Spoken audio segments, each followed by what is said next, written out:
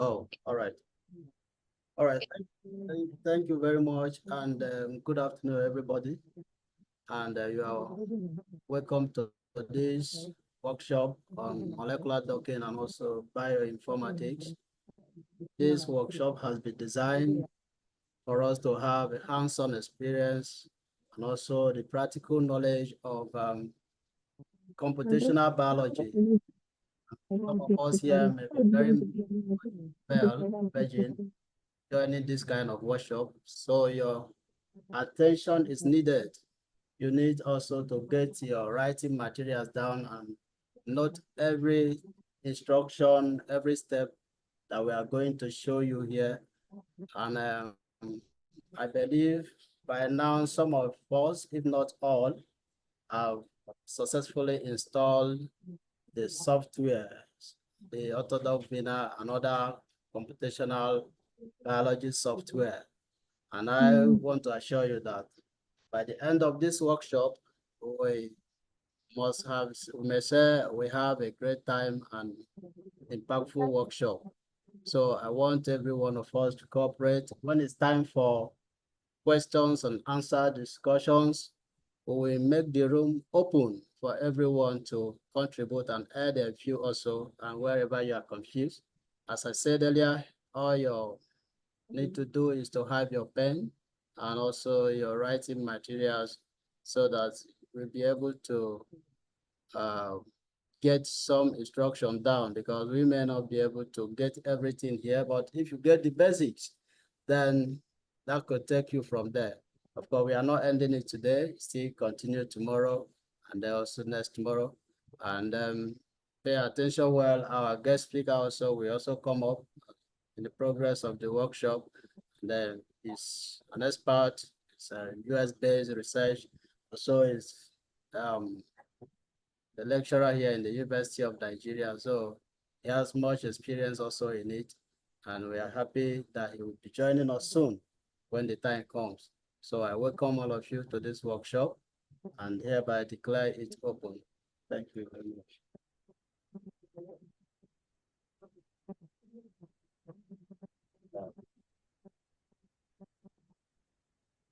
Okay, yeah, thank you so much, Mr. Emmanuel, founder, Provost Research and Labs, University of Nigeria, Africa, and for a wonderful opening remarks.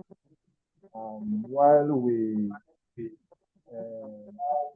allow our guest speaker to join us, um, just in a few minutes, he'll be here with us. So meanwhile, feel very free. Note down your questions while the workshop will be ongoing. We'll be very free to attend to them. We'll have a section for that where you'll be free to ask all your questions or make all your inquiry, and you'll be properly guided on what to do about that.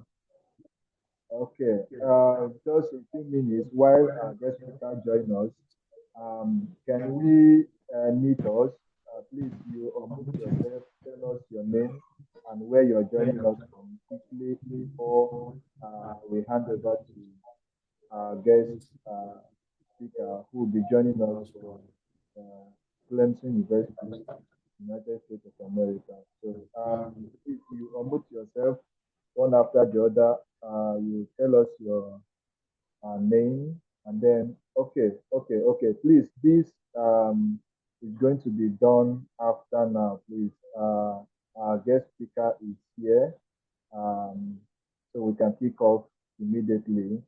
Um, by way of introduction, I just want to welcome a special guest speaker here, uh, my very good friend, mentor, teacher, right from day one, who has always had great interest, in seeing that this kind of knowledge is always constantly being propagated, despite his tight schedule. Yeah, he still brought out time to meet with us here and share. from his wealth of knowledge with us in this platform. It's a great honor to welcome guest speaker, Dr. Collins Ibeji, as he takes over the platform for his opening speech and presentation. You're welcome, Prof. Doc, thank you so much, sir. Hello, can you hear me?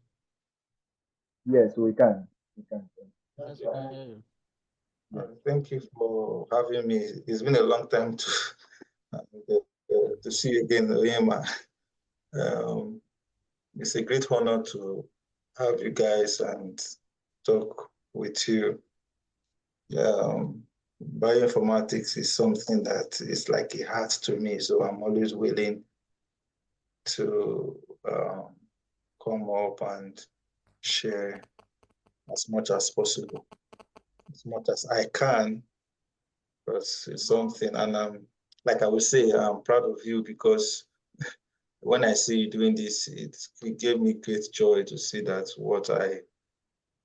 the impact I made in your life, you are extending it to others. So that is a great thing, because when you train up one and others, and that particular one is training others, it's a great joy, because it seems, because when you train someone and he dies, it means you didn't make an impact. So that is something that I've enjoyed, and I'm glad you are extending this too. So glad to meet everyone.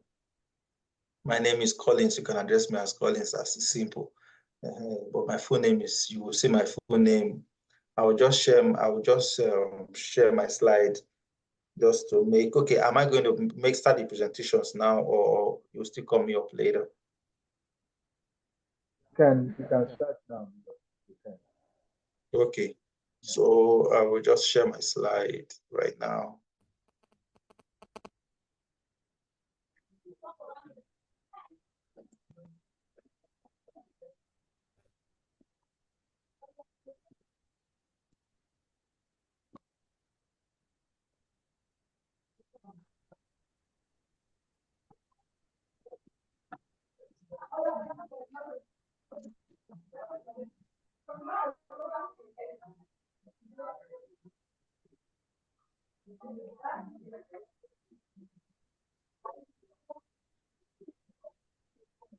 So can you see the slide? Can everyone see the slide? Yes, we can. Yes, sir. Okay. Okay, nice to meet you guys. My full name is Ibeji Collins Ugochukwu.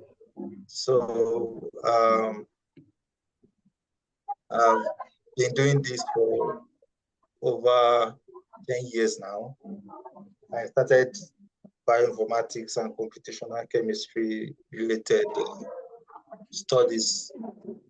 I think there's a background. I think somebody's making noise somewhere. So I think they should unmute some of them. There's someone making noise at the background. The person should mute itself. So I've done this for some time now, and I think there's somebody that's still, there's a noise at the background. Somebody should, I think there's someone.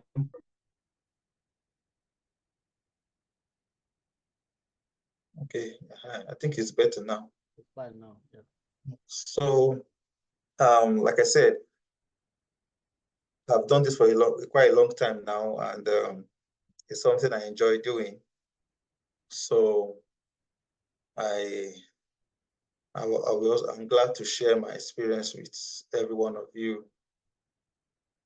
So, my name is Collins. Like I said,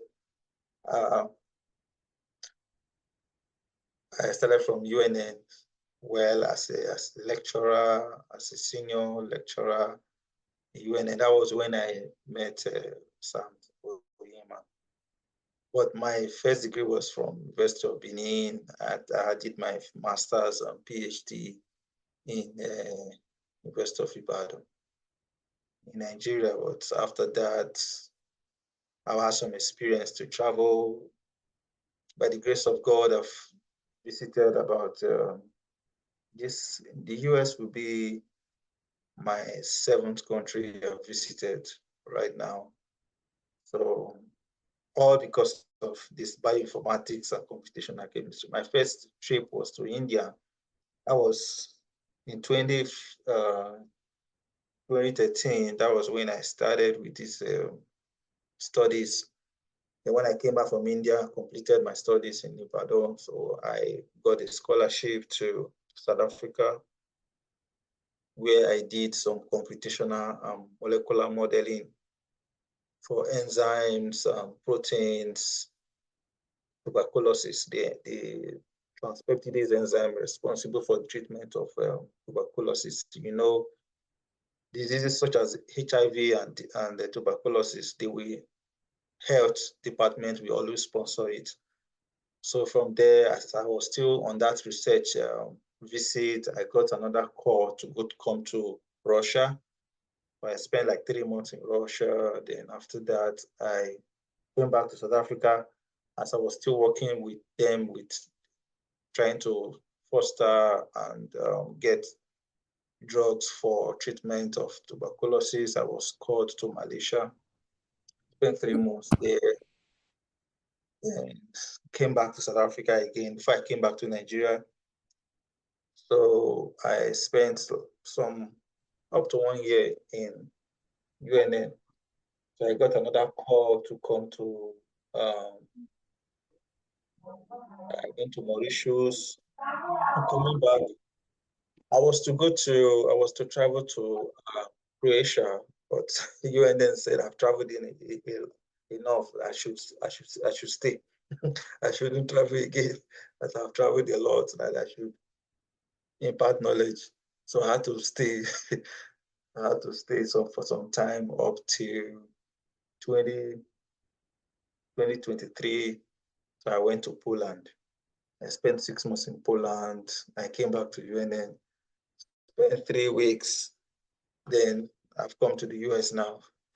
So though it has been battle, allowing me to travel from one place to the other, UNS with UNA, that's another another story for another day. So I think it was 2021 I had my first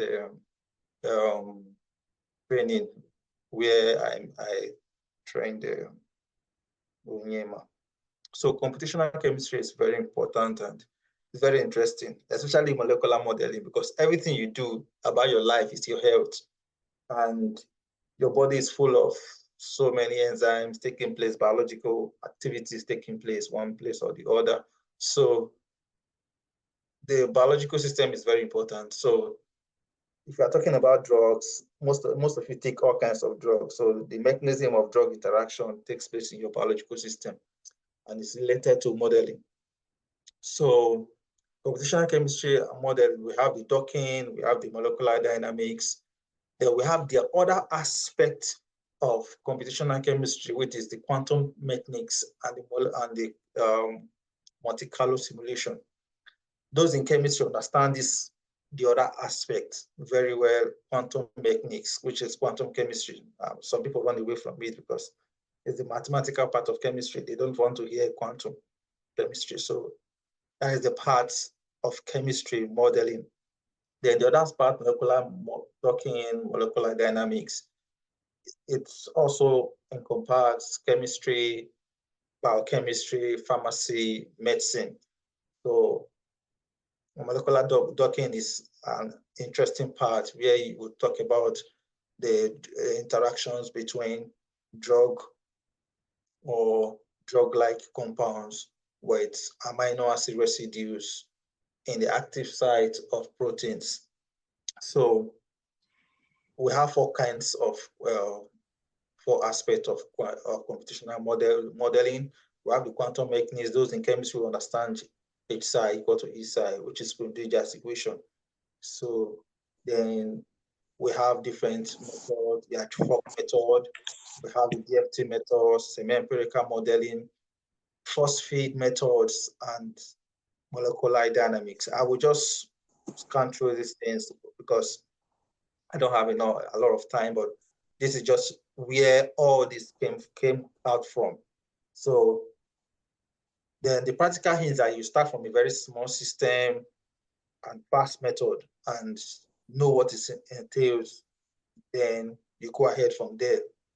Then these are different aspects of quantum mechanics and molecular mechanics, which I will not bore you with right now. It's when I'm dealing with detailed quantum systems, and that's when I will talk about this part.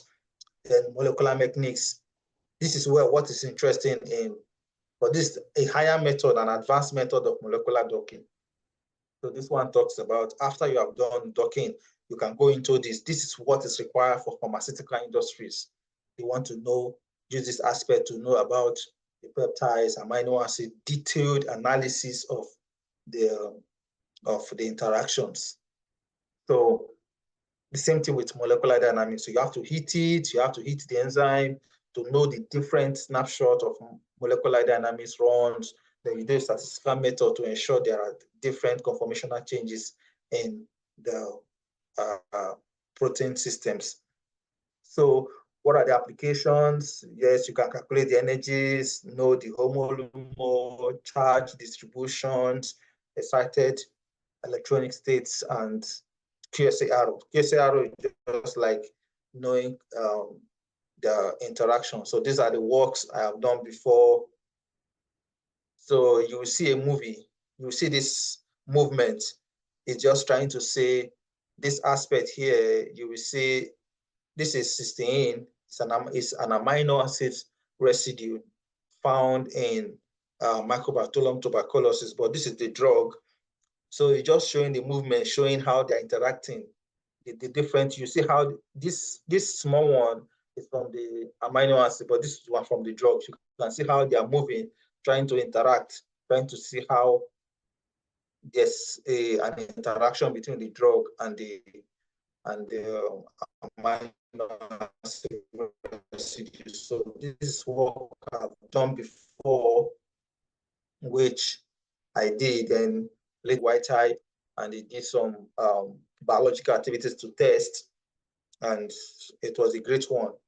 So these are softwares available for quantum mechanics, and what that's basically quantum. Now molecular docking.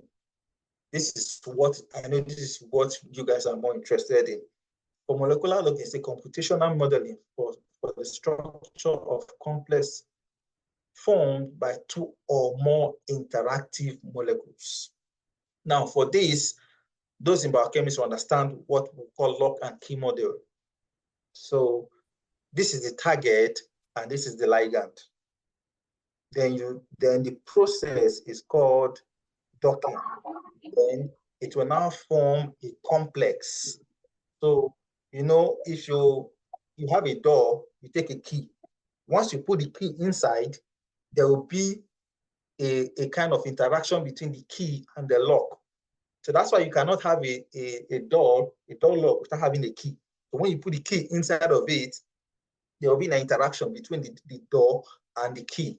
So that's why it's called lock and key. So you can open and unlock. So that key must be able to fit into that lock properly before it will open or before it will lock. So that's why this target is the protein.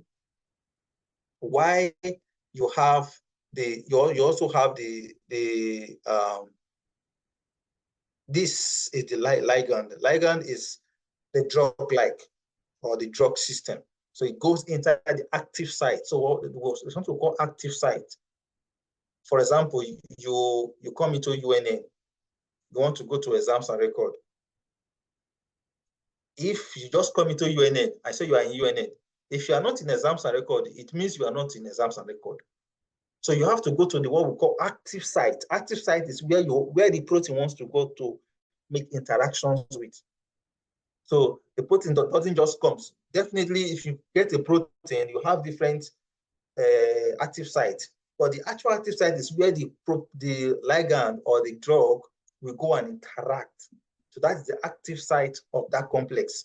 So it goes there and have interaction. It doesn't just come and just do a random interaction. It goes there and dock properly, stays there and have interaction. So that's why you see they are in the industry, in pharmaceutical industry, they have so many drugs. Not all drug that you will take will have effects on that particular ailment, because there are some drugs that it will go to just go to somewhere else.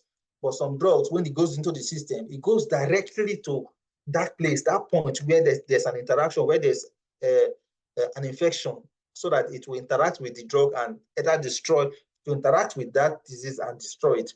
So that's what we call active site. So the drug goes directly to the active site and have a complex. So that's why you see something we call a complex here. So it here at this point, it will form a complex. As you see the bottom here, you will see this system. You will see the black stuff. Then you see something like green inside this little thing here. So you can see it's going in there and sitting accurately at the active site. So that's why it's called active site. So that is where it will have drug interaction. So there are different applications of docking. We have what we call virtual screening. In virtual screening, you have a wide array of drugs. You screen it for different activities. You just to know which of this drug or which of this compound we have a drug likeness, or we have effect, or we have any activity against some of those in microbiology. They do different screening of different for different microorganisms.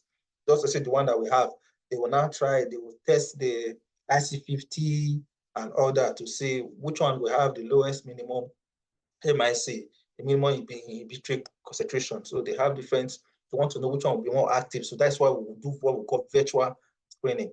In pharmaceutical industry, they do all sorts of virtual screenings to see which one we have the better activity. So then drug discovery. In drug discovery, docking is very important in drug discovery. So that's why I always encourage people that are interested in this, knowing about molecular docking, molecular dynamics. It's a selling area. Because right now, especially since after the COVID, people now wants to do, instead of going to buy chemicals, going to buy reagents, you do docking first to see if these drugs will have any effect before you go ahead to give it to organic chemists to go and this, so they can synthesize it and make it. So pharmaceutical industries, you usually value people that have this experience and this skills. So that's why for me, I so much value this aspect of chemistry, because you can't compare me with other chemists. That is just the thing. Yes, in UNN, I'm not bragging. In the Department of Chemistry, they know when it comes to these aspects. That's why, Nigeria now, that jealousy will always be there. So that's why they were, at some point, they were asking me, not only you, they travel. so it was now becoming as if it was on purpose. Every year I want to travel. Every year. Some people have been there for years. They've not seen the worst of, they've never entered a place. You every year you want to travel, waiting. so it's something that when you have a skill, bro, forget it. Nobody can take it away from you. And who God bless, you don't bless them with that. So that is it. So it's something that I love doing, and it has brought so many opportunities for me. At some point, I had to, like the creation one, I had to reject. You were telling me to bring one document, bring that one. I said, I beg, I know they come. So the thing is, when you get to a particular level and God has blessed you, you just be. So having some of these skills are very important. I'm telling you, some of you that are doing masters or you're doing PhD, when you finish and you put this in your CV that you have these skills, is they want to know, they want to associate with you and all that. And so bioremediation, those in environmental also, biochemistry and that, they also, you can predict a pollutant that can degrade by enzymes. So it's all about prediction, and like I said, it prevents you from wasting money. So these are some works that I've done. I think this one I did it for South Africa when I was in South Africa. So It's on HIV. So I did work on HIV. So those in UNN and those in academics, I don't know if everybody's in academics here. So those in academics, you know what it means to have a very good journal in high impact factor journal. So, and this molecular simulation, I was the only one that did, it's just me alone. And publishing here, you would do like this. So, but you know, anything related to HIV like this, they want to. So then I did a work with Joyce. Some of you are just finished from biochemistry there. So we did this work together. She did the docking, why I did the molecular dynamics. It was on COVID-19. We tried to do this thing on SARS-CoV-19, COVID-2. So we did some screening of compounds, possible non-covalent inhibitors against SARS-CoV-19. I think this was done in 2020. When we were sitting, everybody was doing COVID. Everybody was doing COVID, so what we're busy trying to do natural phyto compounds against COVID. And it's molecular docking. So then this one also, this one is related, is a friend's work for organics. So then there's a friend recently, you know, Chukuno, where Chukuno also did the work recently on this, on phytomedicine. It was one of, I trained him together with you, and he did this alone. So you can see he acknowledged me in the email for the training. And after training, he went and did this on his own. And you can see he published this in the US. Also it's in the US now. So, but there are some challenges in docking, which I'll just share with you. Identifying the ligand's correct binding geometry in the binding site is very important. I don't just train people, I tell you the nitty-gritty. That's why some people will come and just train you and give you the surface. Me, I don't give surface, I go deep. So that when someone else when someone else asks you about this, you have an idea. You'll be able to say and tell them this is it, not just knowing it at the surface. So then similar ligands can bind at quite different orientation. So you can have similar ligand, like I told you. So many drugs can come there, but knowing the actual ligands, active site, and amino acid responsible for that, binding at that site is very important for you to know. So there are different methods, like I said, I've already explained molecular dynamics. Then these are packages available for that. You have Autodoc, I use Autodoc, then Gold, and all that. There are different softwares available. So I think Oyema, you have some of those, you have the docking softwares, right? Yeah.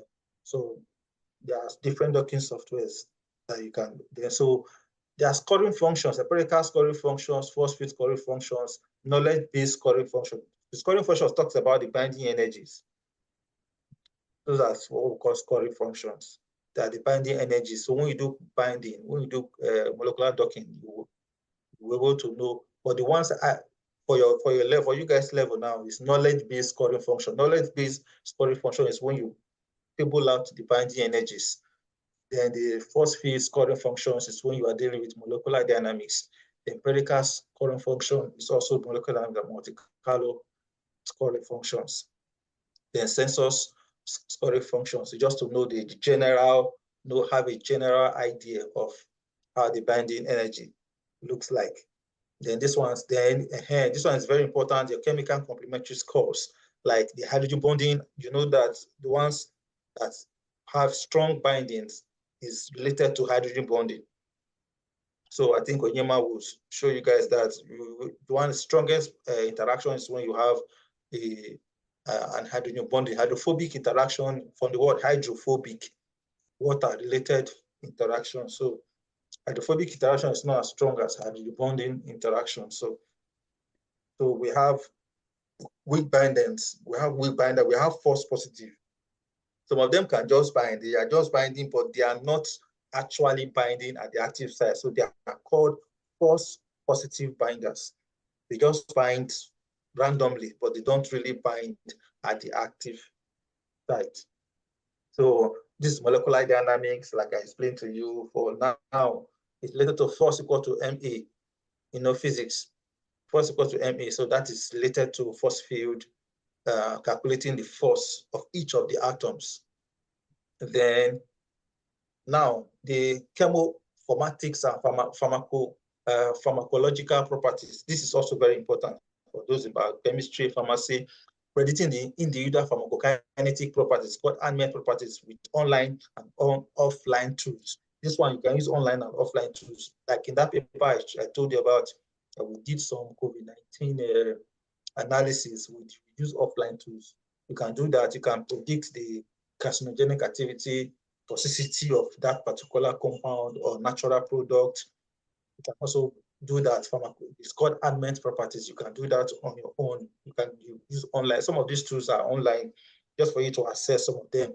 Then you can do your bioactivity of various compounds by estimating their different activities. You can do that to offline tools also. Yeah, you can download some of those softwares and use them offline and do a practice of it. So one of them is this drug likeness and molecular property prediction. So if this is a drug like, you cannot just come here and do the predicting. There are so many things you can predict here. After drawing it, then you predict the drug likeness. Like for example, this is the molecular properties drug likeness. You can see the MPSA, LogP, the hydrogen bond donor, hydrogen bond acceptor, and the BBB score, the blood-brain barrier score, when it is low, when it is high. So it just shows you if it, like you can see this curve, the drugs, if it goes to this point, that the blue, it means that it has a drug-like nature. Then if it goes around this curve, it means it's a non-drug. So then you see your compound. So this is just a curve of drug likeness, drug-like score. Depending on the score you have, then the BBB barrier score, if it is low, if it is high, and these are different analyses. I'm just giving you an introduction, an overview of it. So then this is Monte Carlo. This one this one is those people doing like computational chemistry as relates to corrosion inhibition studies. You do what's called chemosorption or physisorption mechanism. This one is purely chemistry. I'm not sure if any of you here are in chemistry. So this is where you see, this is iron. We are doing iron, rusting. If you take a cutlass or you take an iron, you see the rusting. So this is your interaction between water and the iron surface, and this is your compound, just showing the interaction between them.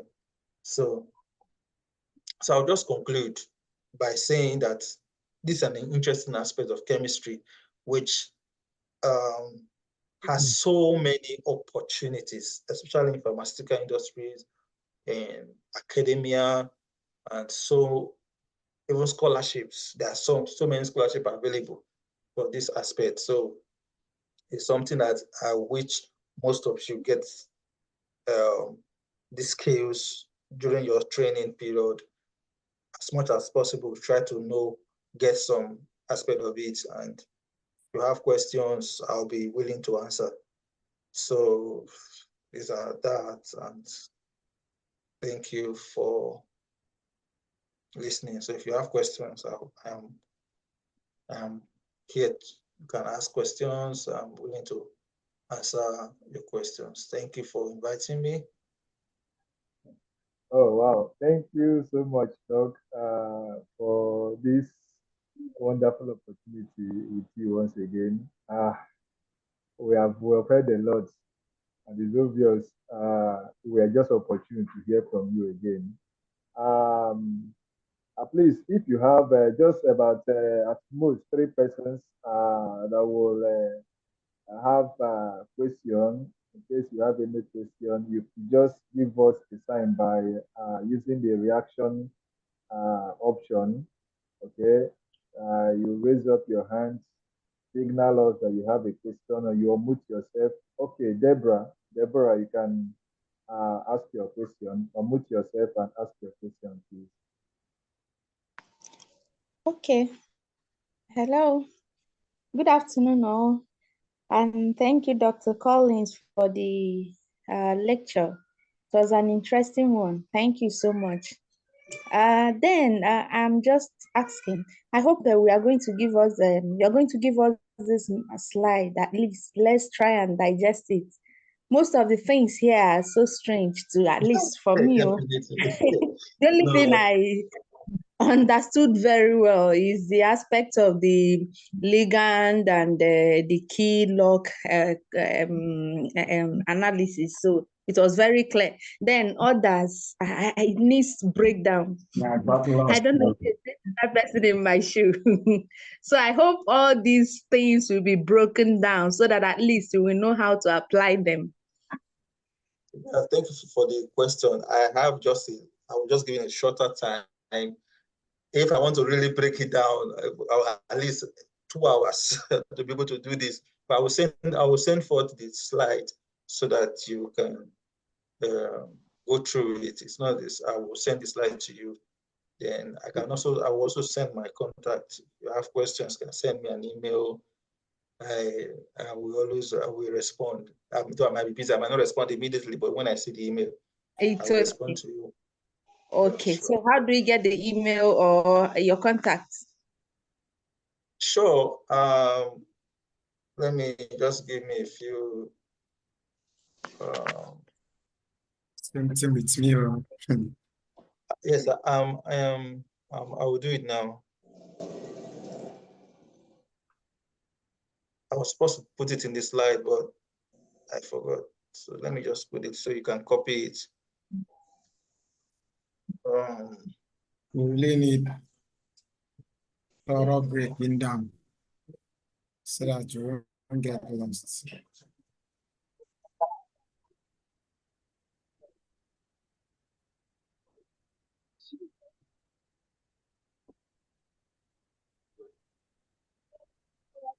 Okay. While Doc is doing that, please, if you have just one more person, a question, you can give us a sign, a signal, so you can go ahead and ask. Just one more person. We have any? Please mute yourself if you're not asking a question. No, You have a it's still the same.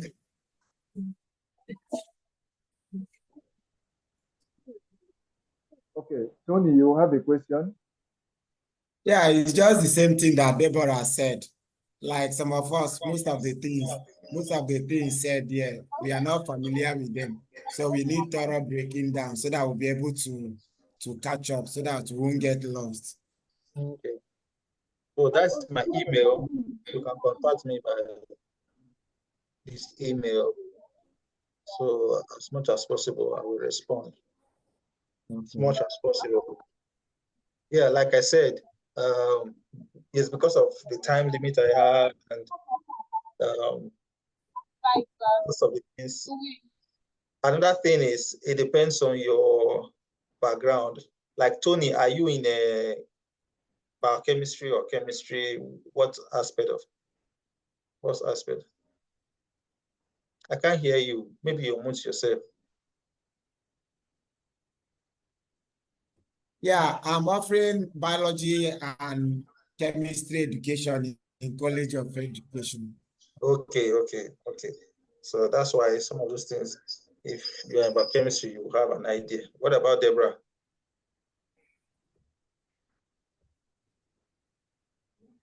Okay, for me, I'm in biotechnology.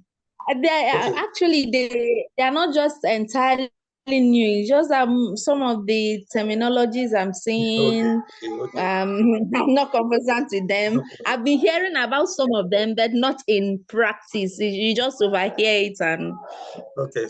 that's just it. Okay, it's fine.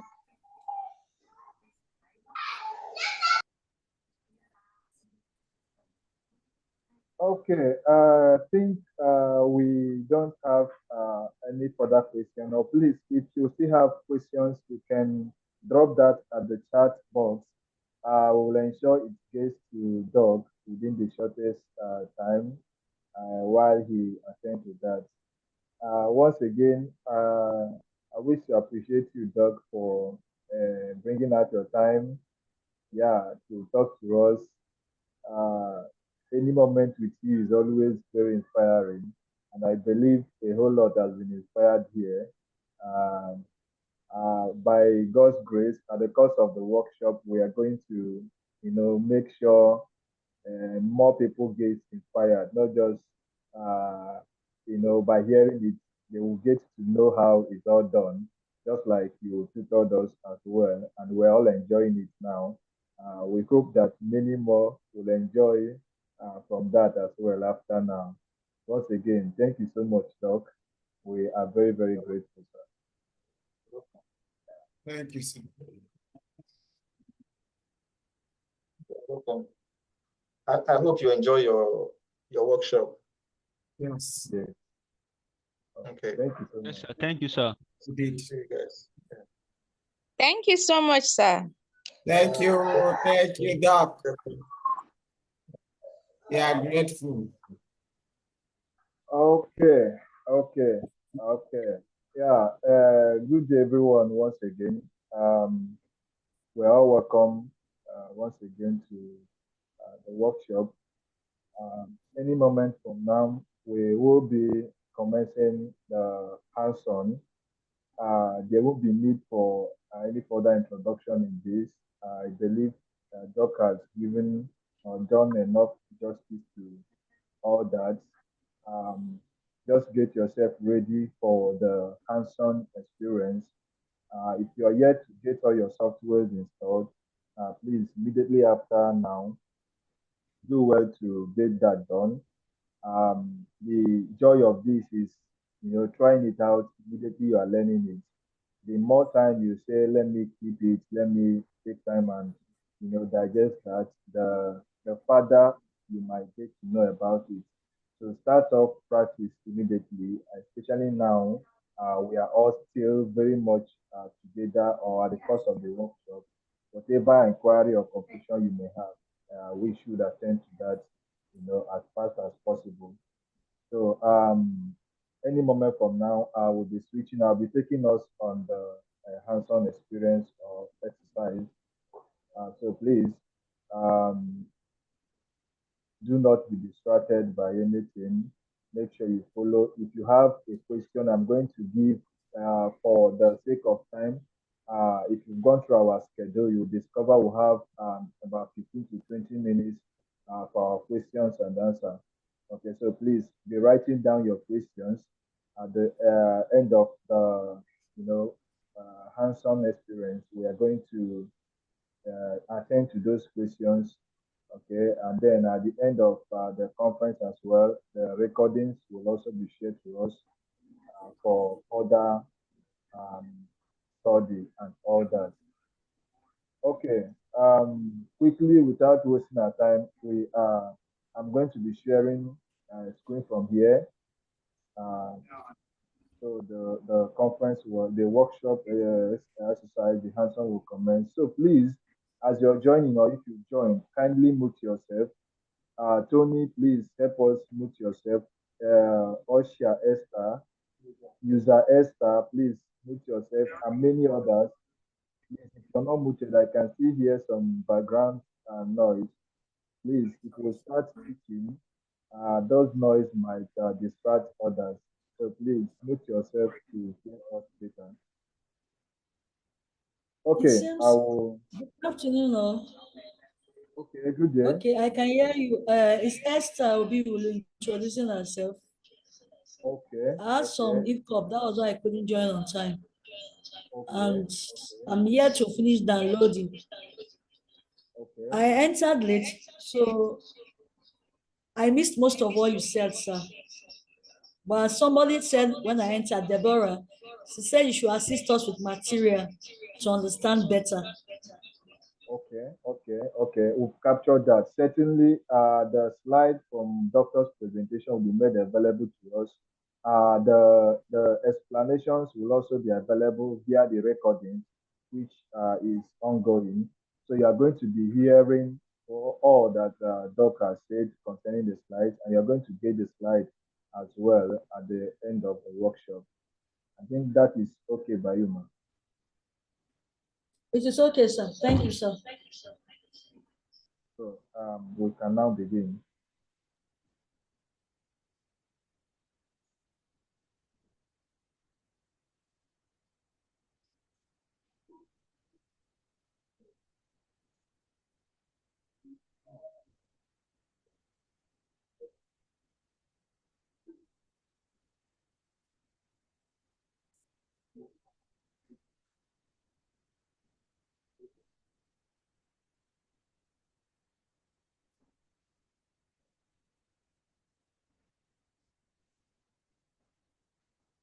Okay.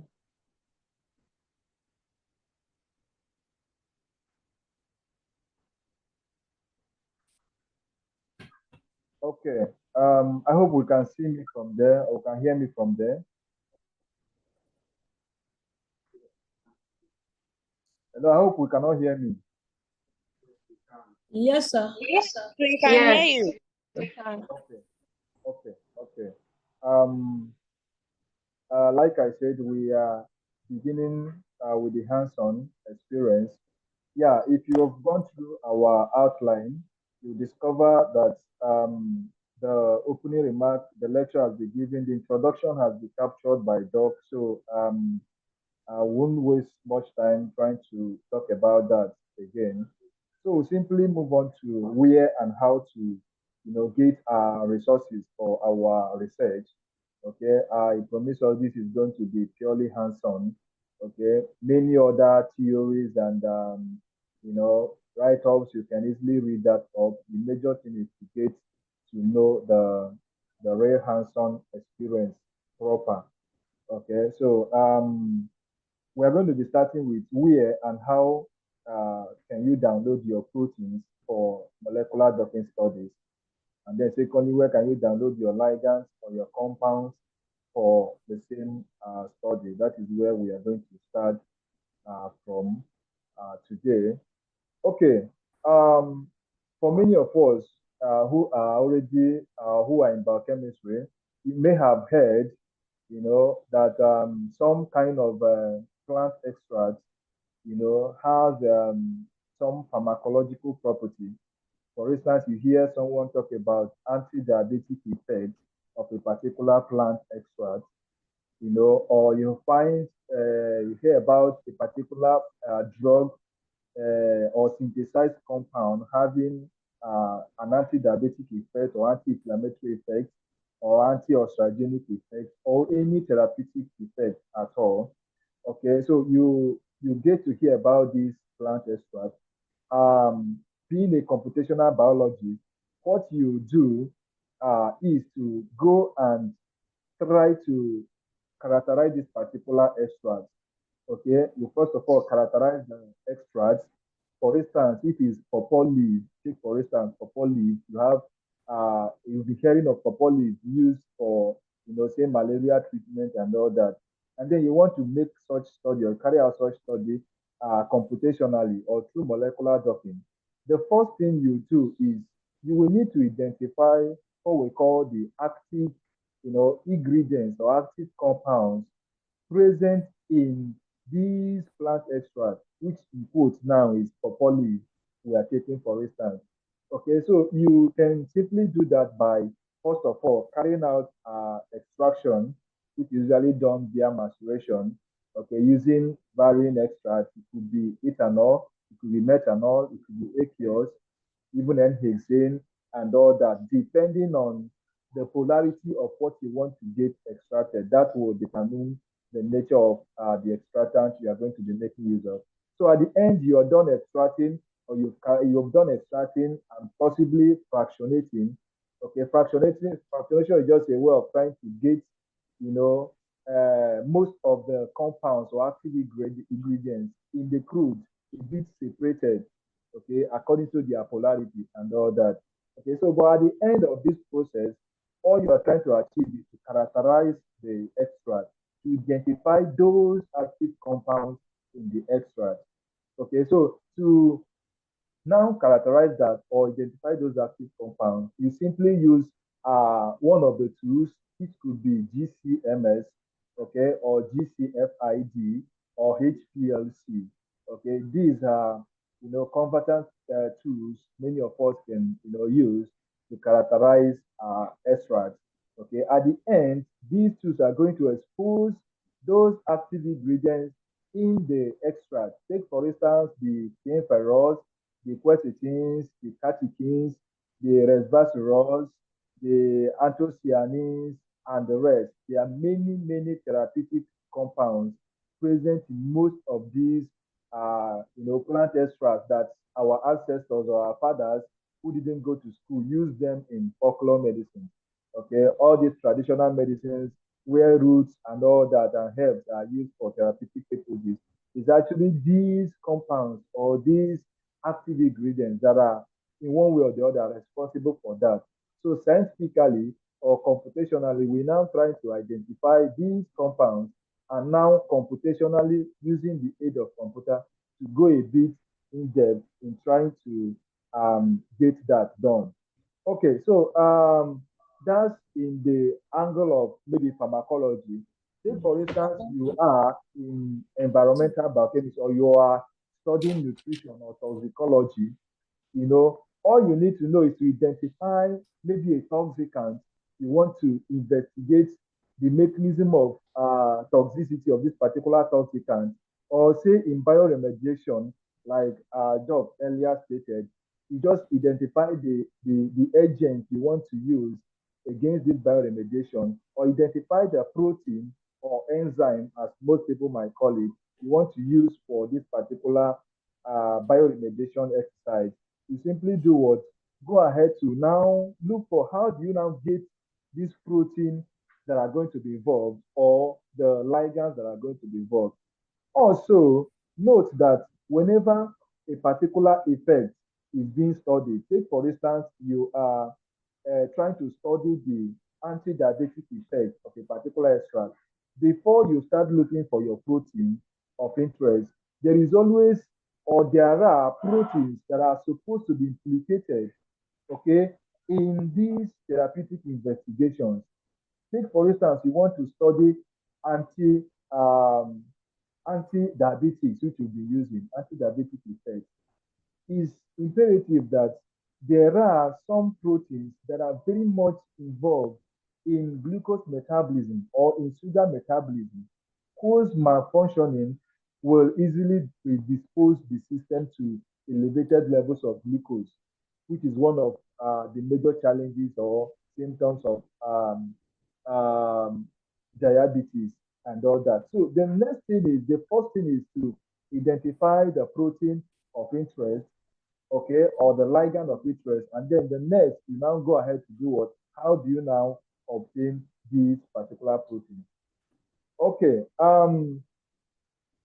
first of all, for you to get your protein of interest, you need to search, okay? You need to have a little research about what you want to do. Take, for instance, you want to carry out a study, a therapeutic investigation. The first thing you should do is, what are the proteins or enzymes, what we usually call proteins or targets, implicated in this particular physiological malfunctioning? For instance, if it's anti-diabetes you're looking at, what in the body, which when it malfunctions, predisposes your system to diabetes. Okay, which of these particular proteins in the body will predispose you to that? Okay, there are several proteins in the body that once is in malfunctioning state, it will certainly predispose your body to anti-diabetes, which are actually proteins very much involved in what in glucose metabolism, or what we call sugar metabolism. Oh, so sometimes how do you now get to know about these proteins? It's very simple. The number one thing you do is to go to the internet and research about this particular illness. Take for instance diabetes. Also note that studies involving the use of computer or computational studies is titled in silico studies. Okay, is titled in silico studies. Any study at all revolving around the use of computer for study, you call it what? In silico study. So when you now want to get your protein of interest, before we go over to how do you download them or how do you access them, what's the particular protein you in particular you want to go and look for? So to simply get that, you have to search. For instance, you're looking at anti-diabetic effect of a particular protein. What do? You simply go to your search engine and search. Take for instance, you're looking for anti-diabetic protein to target. Okay, you have the extract already. What you simply do, you can go to your search engine and ask anti-diabetic effect.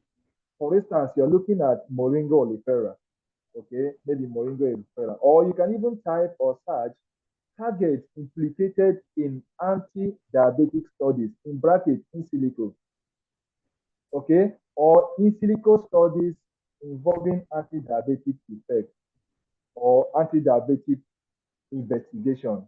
Okay, when you search that, you are going to be finding out about different proteins or different targets that people who have investigated anti-diabetic effects before has made use of. And then you are very free to make use of similar protein. Okay, you are very free to make use of similar protein. You won't just find about the protein, rather you will also find about what we call the protein ID or the PDB ID, okay, which is just an ID number that you're going to be making use of in order to locate that same protein they made use of. So it's all over in varying in silico study researches. Okay, you just Google that, find out about that particular protein. You can copy the ID from there. Also, you can as well search Wikipedia.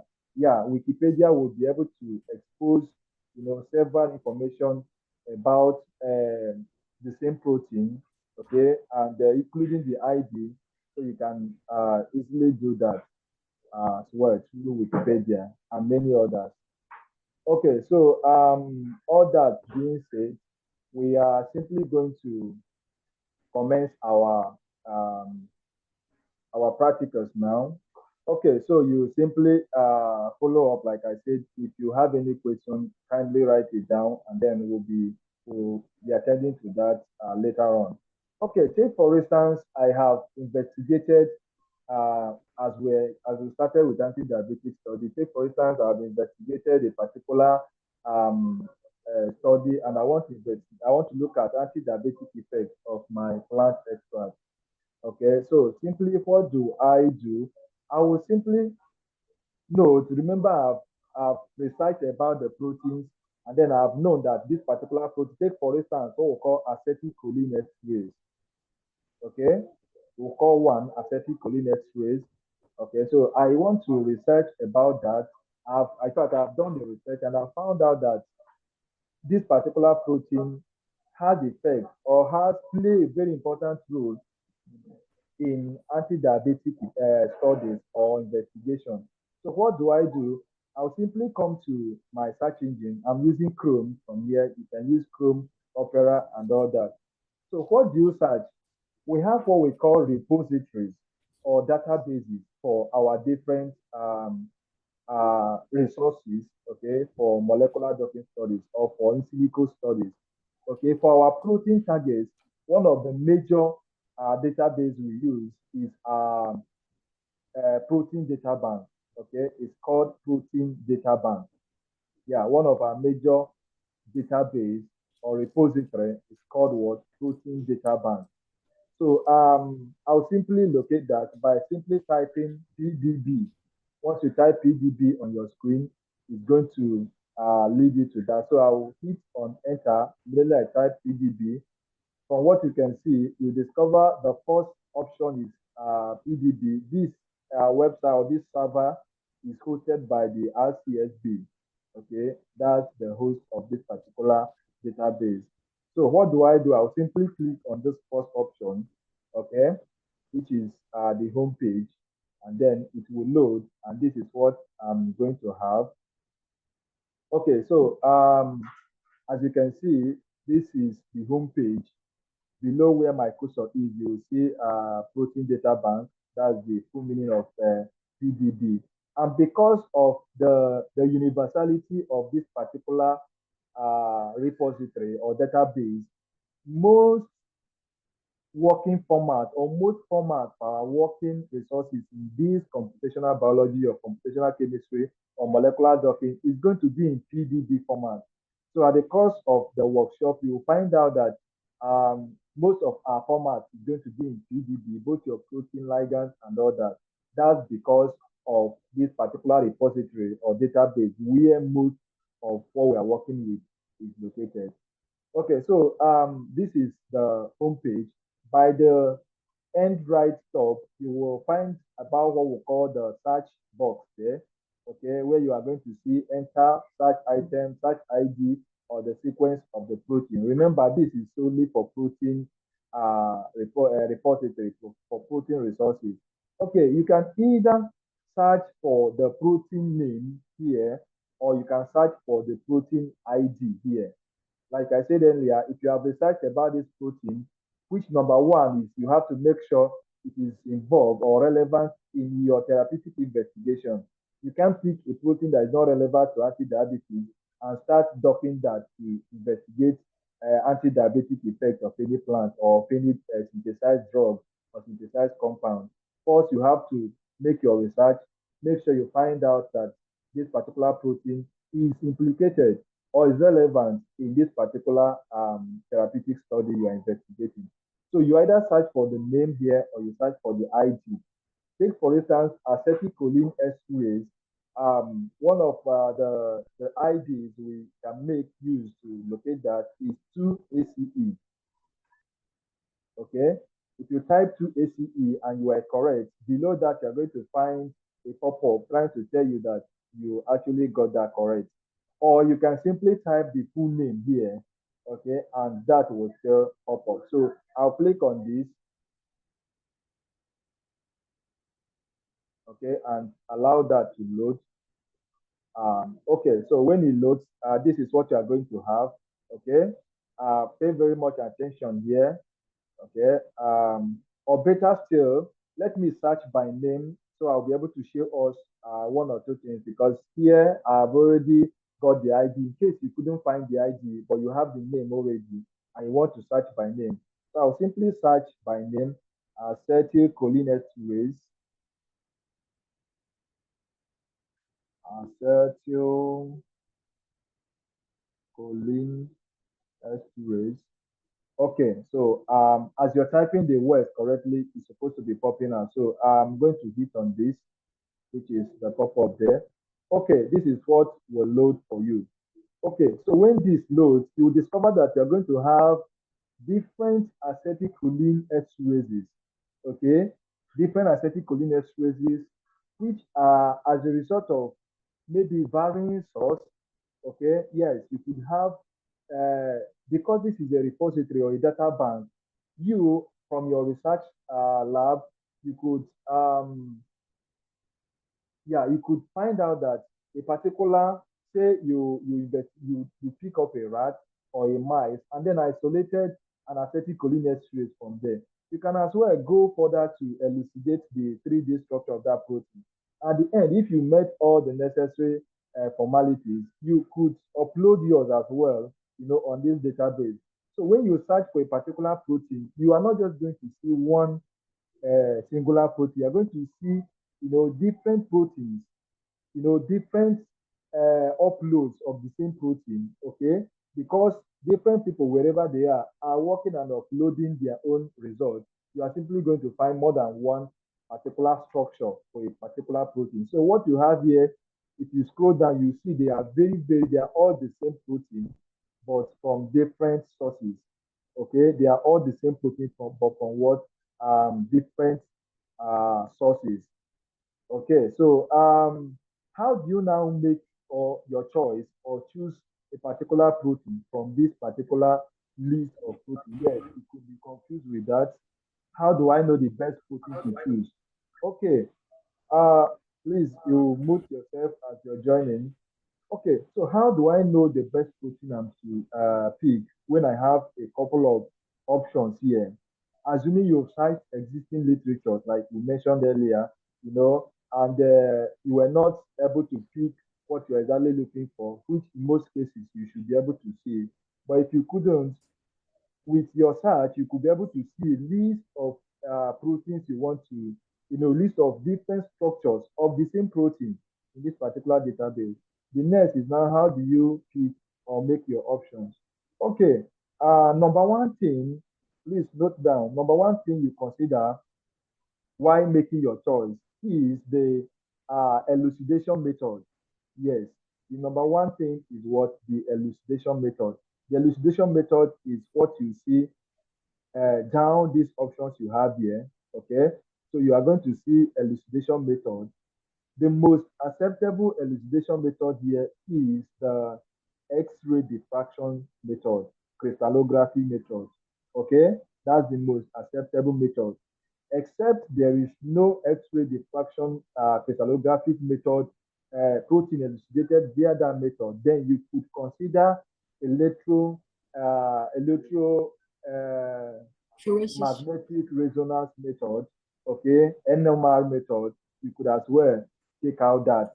But like I mentioned, X-ray diffraction method is the most acceptable. Then not just picking X-ray diffraction method, because if you look, there are many methods here. There are many X-ray diffraction methods here, result this particular place. Aside the X-ray, the next you look out for is the Armstrong of the elucidated structure. Okay, the Armstrong, if you see what I highlighted, that is called the Armstrong. The lower the Armstrong value, the higher the resolution. Of course, Armstrong is simply a measure of the resolution of your protein. So the smaller the Armstrong value, the higher the resolution of your protein.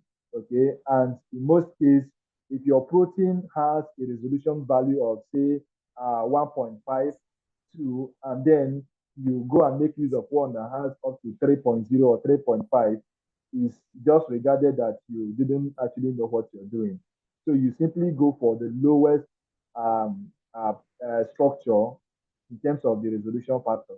Okay, so that is what you have here. If you go down, you'll be seeing varying size. You can even see the one of 4.5, okay, and all that. So this is, you can see 2.6 and all that. So like I've mentioned, the elucidation method, the Armstrong value, and then thirdly, the name of the protein in question. This is, for instance, let's pick the number one. The number one here, you have quaternary ligand binding to aromatic residue in the active site gauge of this. Okay, so by this, this is already telling you that number one, this protein, was elucidated in a co-crystallized form. Okay, when we say co-crystallized form, it means it is complex with its substrate or with an inhibitor, okay, which is a very important point in trying to make choice for your working protein. Okay, so you make sure you're picking one that is in the complex form. From this first one, it has already told you that this particular ligand is binding, or this inhibitor is binding to this acetylcholinesterase, okay, inside the active site of it. So this has already given you the idea of what the active site, or where the active site of this particular protein structure is located. So in most cases, it's more advisable you go for a protein elucidated in its co-crystallized form. Okay, so that is what we have here. So you can go through as many of them that are here. You'll be seeing that. Also, some other cases you might have to consider the organism from where this protein is isolated. Even though the protein, because it's the same protein, evolutionarily, there are high similarity in sequence or structure. Okay, as a result, they should have some level of high level of similarity in function as well. But say, for instance, you have a protein, that have been elucidated from the human system, which is the Homo sapiens. From what you can see here, the first one here is from an organism. Okay, so you might see cases where you have Homo sapiens. Okay, so if you have acetylcholine that have been elucidated from a Homo sapiens, it's preferable to make use of than using that of organism, except you are investigating antimicrobial effects okay, that will have to do with microorganisms, not really human. But if it's something like diabetes, which is human health challenge, you could go ahead to make use of Homo sapiens source as your protein of interest. Okay, so this is what we have. All this being said, you can go ahead and now download our protein. Remember, I just came here so I can show you these options. But having come here, we'll just go ahead and make use of, let's say we'll research about everything, and then this first protein structure is okay by us. We could go ahead and make use of this. So how do I do that? I'll simply click either on the ID number. Also, this few number, usually a 4-letter number upwards, is what we call the ID number. Yes, you can search the protein using this ID, or you can simply search using the name. They are all the same thing. So I will go ahead by clicking on the name of the protein. So when that loads, this is what it's going to give you. Okay, this is what it's going to give you. Here is contains many information concerning your protein, okay, which while you are doing this on your own, you're going to take time and then read them in detail. For instance, this is the name. Below it is a DOI link of the publication, the write-up that was attached to this particular structural elucidation. Okay, the literature attached to this. So if you want to read more about this particular protein or its method of elucidation, as it regards this particular protein you have made or you choose, you can simply go to this PDBDOI link and read about that and all that. So most of what is here, we've talked about that at the end. So if you go down as well, you will see the PubMed, still the attached literature with respect to that particular protein of interest. Okay, if you still come downwards, you are going to find this little option here, okay, trying to tell you a little bit about the nature of the protein you're about to make use of. It's trying to tell you that it's an acetylcholinesterase, okay, and it's made up of one chain, okay, which is just chain A. Yes, protein can be elucidated in more than one chain, in more than one chain. So, but here what we just have chain A, and then the organism is noted here. Also, there been any kind of mutation with respect to this protein? Yeah, there is no mutation.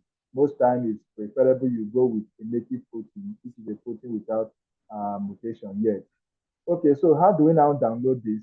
It's very simple. You simply do that by clicking on this option.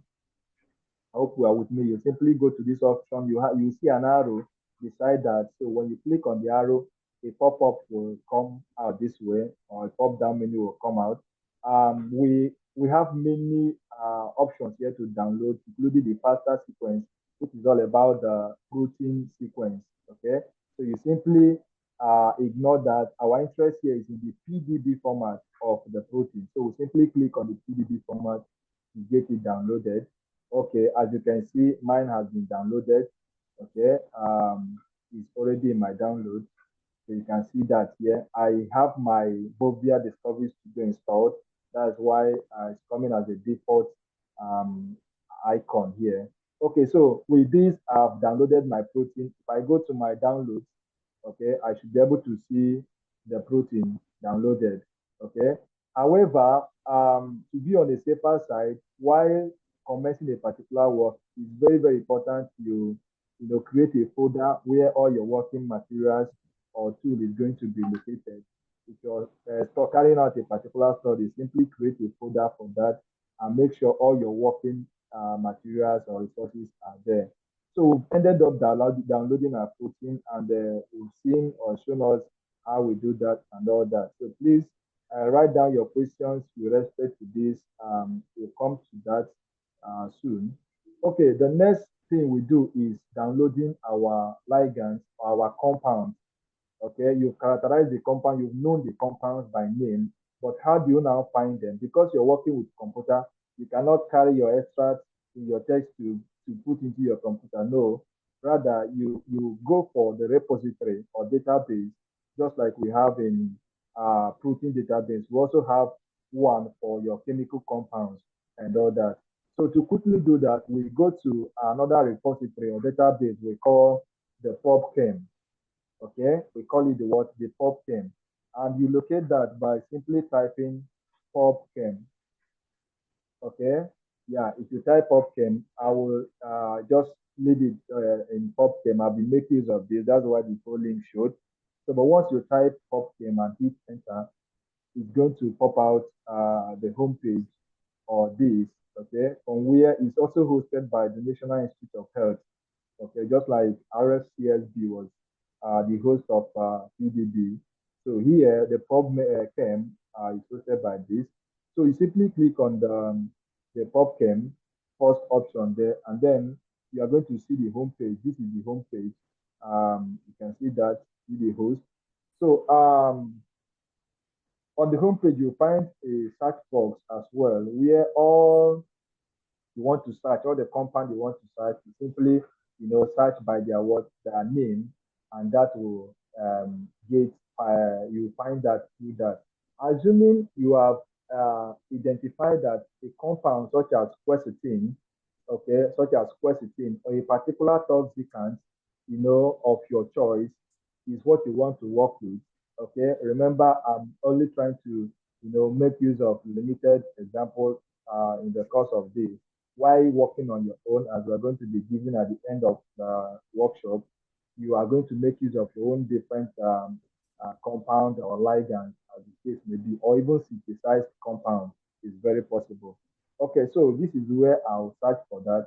Assuming I want to investigate the anti-diabetic effect of quercetin, isolated or obtained from Moringa oleifera, how do I find the quercetin? I'll simply come to this option, this box, and search for quercetin. Okay. Of course, you make every effort to get the name, the writing, the spelling of the compound well written, so you can easily locate that. So while writing, you have seen a pop-up trying to tell me what the exact name is. So I will simply click on that, and then it will load. So this is quercetin loading. Okay, it has loaded from this end. Okay. In order to find out more about this same ligand or compound of interest, I'll simply click on the name, as you can see, which is on the quercetin highlighted yellow.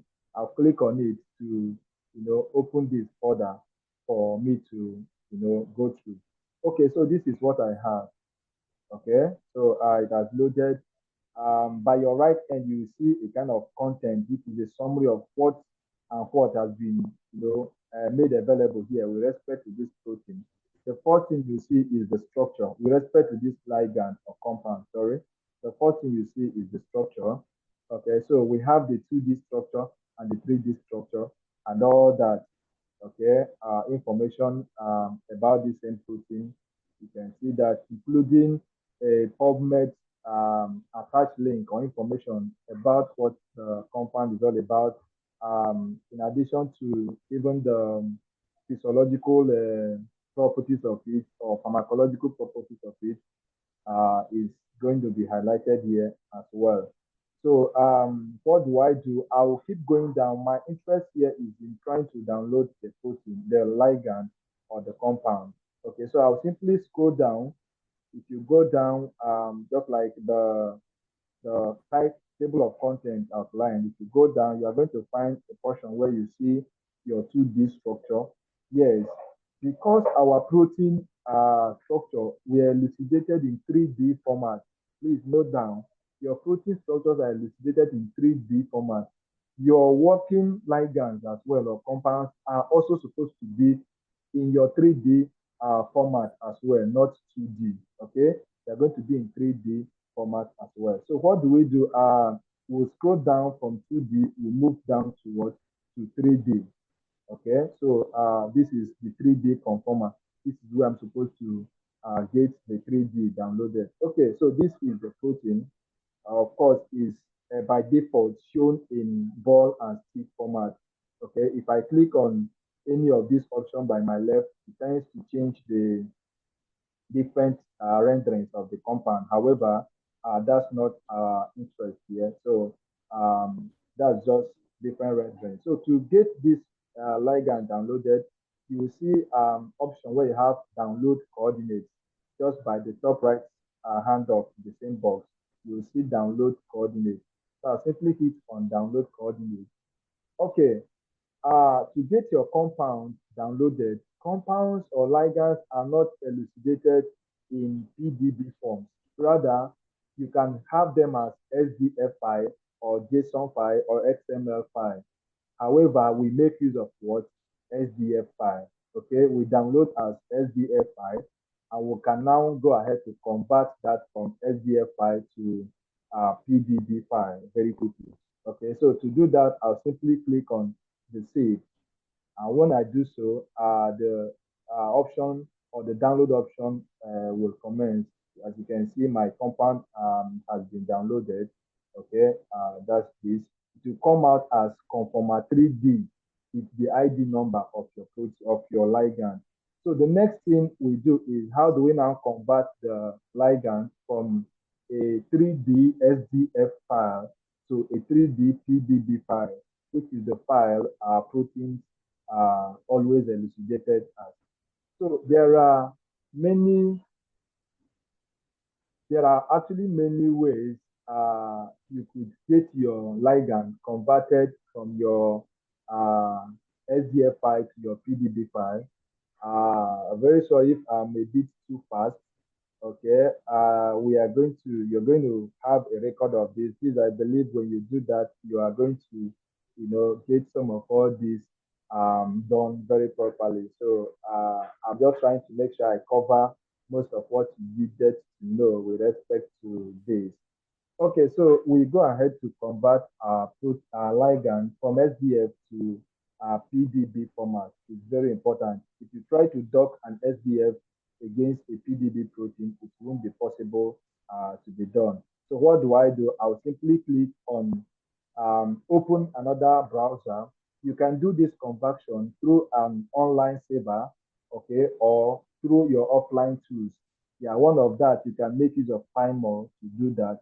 However, in most cases, I simply make use of my online server for that. So I'll simply type convert SDF to PDB. Okay, I'll simply convert SDF to what? PDB. Or if you go ahead, okay, just type this and then hit on your enter button.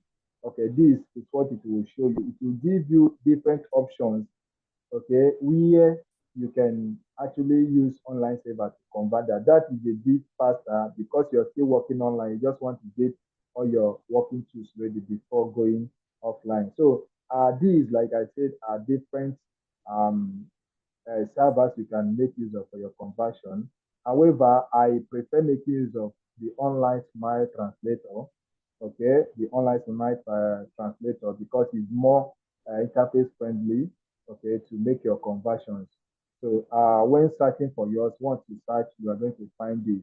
So you could go ahead and add online Smile translator. After typing convert SDF to PDB, you can go ahead to add online Smile translator. It will simply bring you to this. So what do I do next? I'll click on that. Okay, and this is the page. Okay, this is the home page for the online Smile translator. Okay, so from the page you can see is simply translator and structure file generator. So what do I do? If you look at the page, you discover that under here you have something we call the choose file. This is where you import your file from. Remember, your file is in SDF file or format now. So this is where you import it from. Then by your right end, which is in yellow coloration, you're going to see one.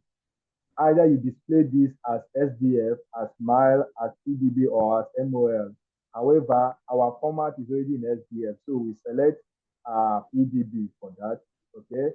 The same way, if you go further your right side, you're going to find Kekule or aromatic structure. Kekule is fine, which is for the ring structures. And then in terms of the format, is it going to be 2D or 3D? Yes, like I've mentioned earlier, you go for 3D. So which is what we just did now. So at this point, I can now choose my file. By clicking on that choose file, it's going to direct me to my folder. Of course, I will navigate to my downloads, or you navigate to that folder you have created for your docking tutorial, for your docking study. So you can see that Conforma 3D, which we just downloaded. So I'll simply click on it. Okay, when I click on it, you'll see that come up. That is what you have here. It has already come up here. Okay, so what do I do next? I can now go ahead and say translate. And once I do that, it has translated the compound. So I'll go ahead and translate that. So this will pop up telling you that it has already been converted. You can click here to download it. So I'll click here, and then you can see that downloaded. It will download as this PC, Kakus, and all that file. So you can simply go to your downloads and rename this particular file that I just downloaded here as Quercetin. Remember, it's now in a PDB format. So what do? I can simply go to my downloads. Okay, I can go to my downloads. This is the compound that has been downloaded. At this point, you can delete the conformer, okay, which you don't need again for anything. So if you look at this, you are now seeing the code. So what do? You rename that. Either you right click, depending on your system, and rename, or you simply click on the rename option, and then I'll title this Quercetin. Okay, I click my enter button. So this is my protein, and this is my ligand. Okay, so we will go ahead. There's another option. Okay, what if the protein, or the ligand of interest or compound, okay, you synthesize that. Maybe you are a chemist, okay, and you synthesize a particular drug, and you want to investigate the pharmacological effects or features of that particular drug. In that case, you won't find that particular compound in the repository because it's a new compound. So what do? You will have to, offline or manually convert that particular compound which you have from your 2D, or the name which has been synthesized to the 3D. So that is where our ChemDraw, okay, is going to come into play, which I'm going to show us later for many of us that have been able to download that. Okay, you discover that when you open your ChemDraw, you can easily type the name of that particular compound, okay, you want to synthesize, or you have already synthesized. Through after NMR elucidation of your compound, you're supposed to have the name. So with the name, you can go ahead and then search for, get the structure. Okay, from the name, you can get the structure. Yeah, this is my ChemDraw loaded. The file for this is already on our workshop material. After installing yours, you should get this. Or you can just go to your file and open new document if your own didn't appear in this format. So what do? I'll go to this structure, this up here, title structure, okay, and then I will navigate downwards, okay. You will see where there is convert structure or name to structure. Assuming you have the name of the compound is specified already, what do? You click on convert name to structure. Assuming the name of my compound is Quercetin. Okay, this is the name of my compound I synthesized, which, of course, because it's a new compound, you can't find it online. I've seen it here. If you like, you can attach, if you select this, the name will be attached as well. However, you just type the name here and then hit OK. It's going to generate the structure of the compound this way for you. Okay, so however, this structure is in 2D format. You need this structure to be in 3D format before you can make use of it in your docking studies. Okay. Among the Chem Office suites, aside ChemDraw Professional, which I just used to draw this now, we also have what we call the Chem 3D. Okay, so I'll simply search for Chem 3D. Okay. So if you type on your search button, Chem 3D, if you have installed that, you are going to find the Chem 3D with a purple icon. So I'll simply click on that. If I click on that, it's going to load. This will enable me to convert my 2D structure I just drew from ChemDraw. Okay, this is the 2D structure I've drawn from CameDraw. So what do? I'll simply copy this structure by doing Control C, okay, and then I'll go to Came3D. You just click Control V, and you get it pasted. As simple as that. It's the same compound, so you get that pasted now. The next thing, you simply go to your file, click on File, okay.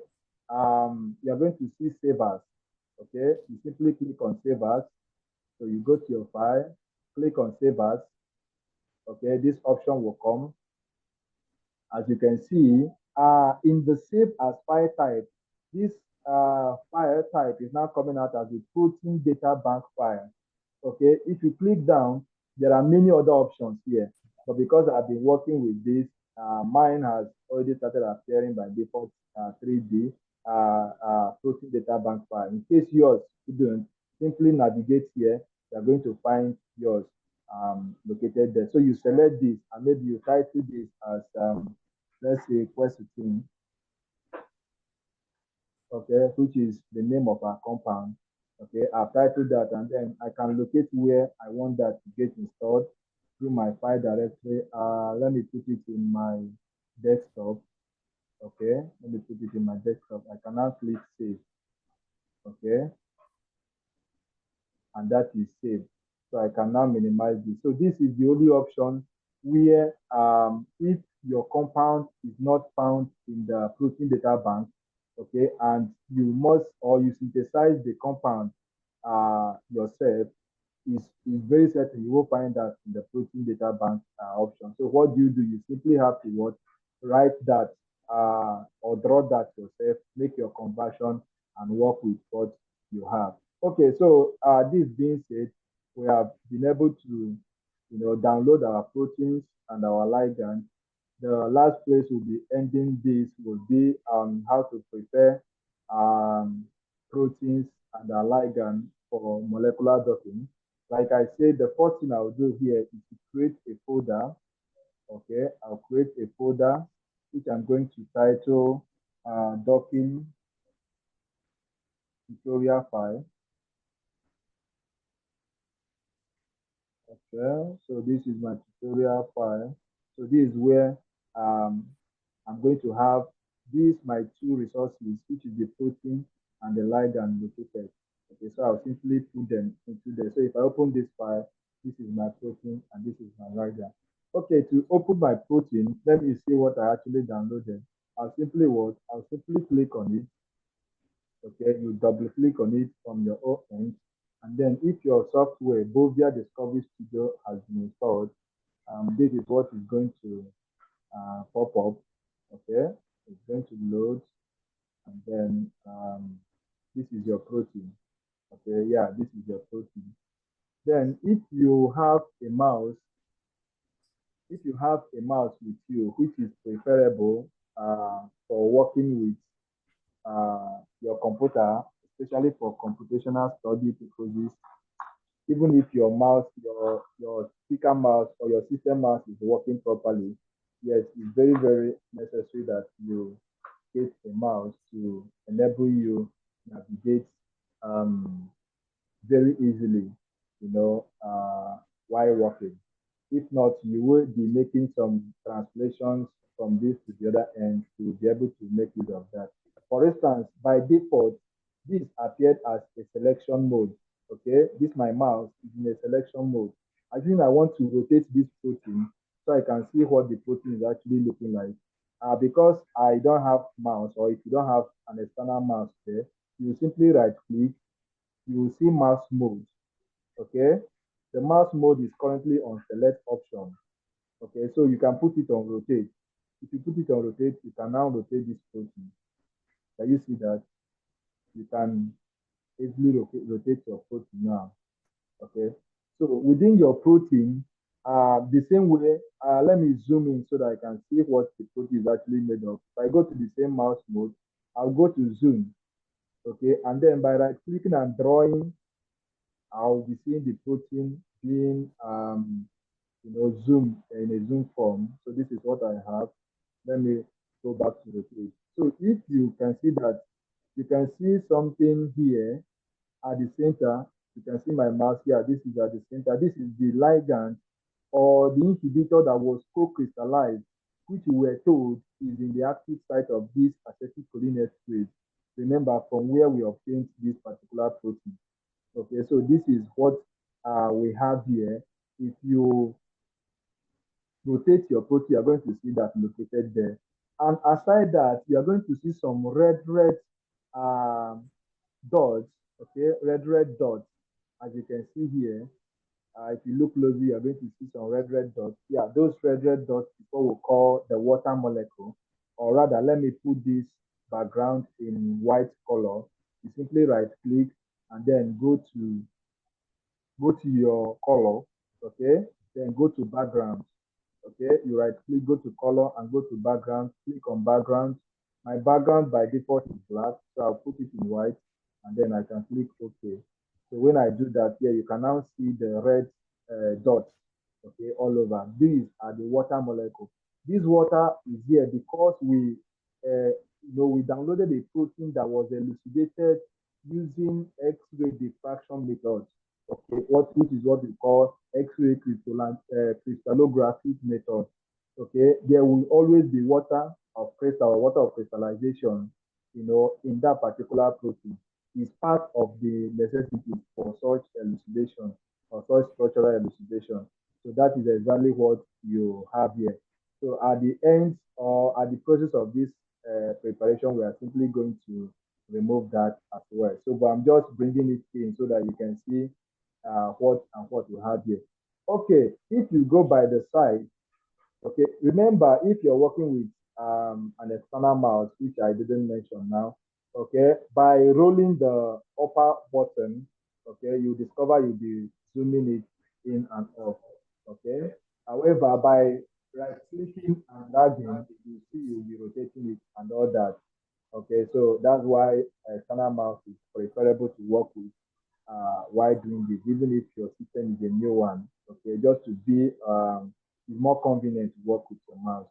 Okay, beside your right end, beside your left end, as you can see my mouse, towards this left end, you see an arrow.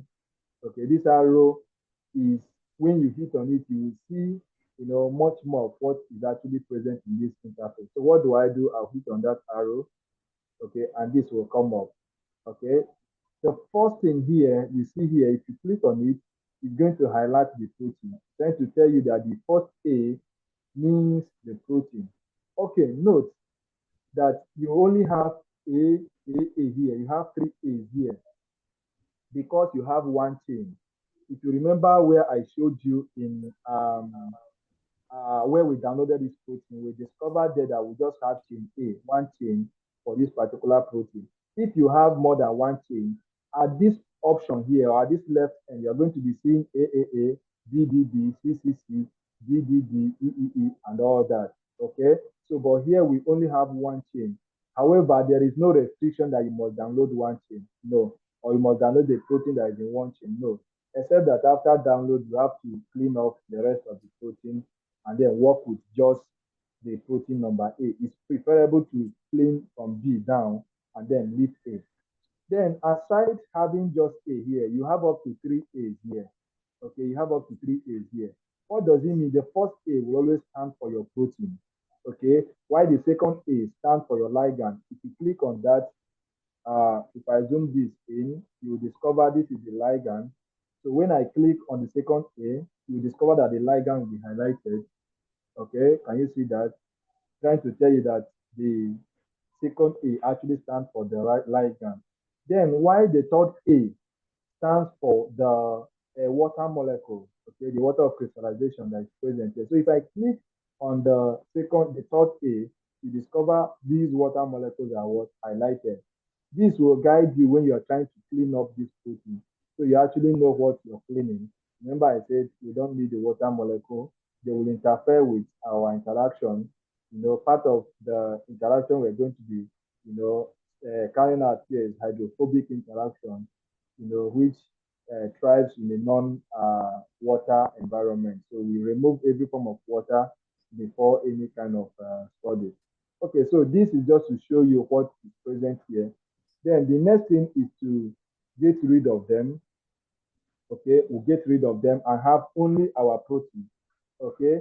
Even though in some cases there might be need that reduce the protein you have with your internal ligand or with your co-crystallized ligand, depending on the kind of investigation you're doing. But aside that, you can simply clean up the ligand, clean up the water, and then have only protein while you now dock it with your external ligand or compound or synthesized drug. So in this case, I'll simply click on the third one, which is my water molecules, and I'll click or hit on delete button. Okay, if you press delete button from your keyboard, the water molecules will disappear. Okay, it's trying to tell you that the water molecule has gone. Then the second one, like we said, is the ligand, which once you click it, will get highlighted. You can as well do what? Hit on your delete option, and then it will get deleted. However, by the side of this option in blue ticked good, if you click on those arrows will simply expose to you what this A actually stands for as well. So if I click on this will tell me that this is just an atom, okay? However, if I click on the first one, which stands for the protein, it will expose all the amino acids, okay, present in the protein, about 500 and something of them present there. So these are things you can do afterwards. So I'll simply delete this by hitting on that and then hitting on my delete option. So what do I have here now? I have my protein,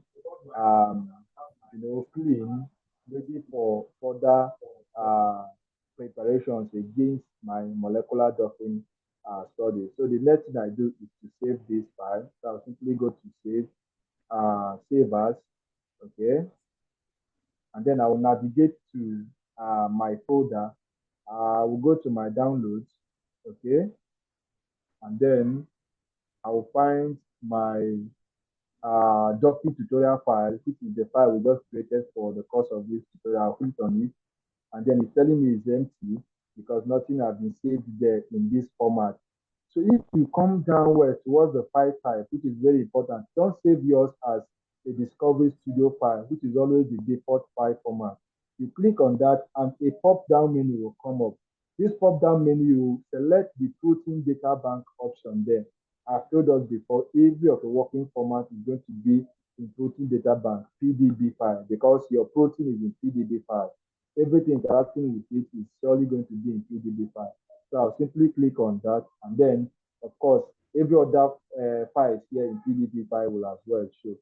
Then what will I now title this? I can now title this this clean protein. I can title this clean protein now. Okay, and then I can go ahead and hit save. Okay, if I save this now, this has been prepared. Okay, someone may ask, how do we now prepare our ligand? Yeah, ligand is not as complex as protein or your compound. Once you've converted your protein, your compound or your ligand, from SDF to PDB, it's already fine for your further preparation. Take for instance, if I open this quercetin, okay, this is what I have as my quercetin. So you can see it's quite clean. There is nothing to clean about here. Okay, so look at the quercetin. This is the structure of the quercetin. Okay, so you won't need to clean anything. So it's already there. So I don't need to save anything again. It's already saved and it's already there.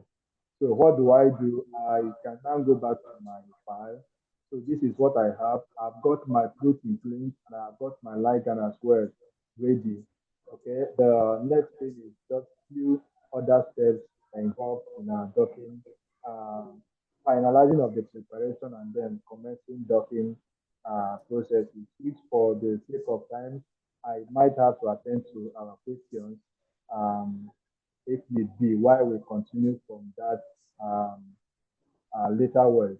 However, make sure you try out exactly this that we have done and see how it is done and make sure you get it as well. If you have any question, we always have our WhatsApp page open to drop your questions.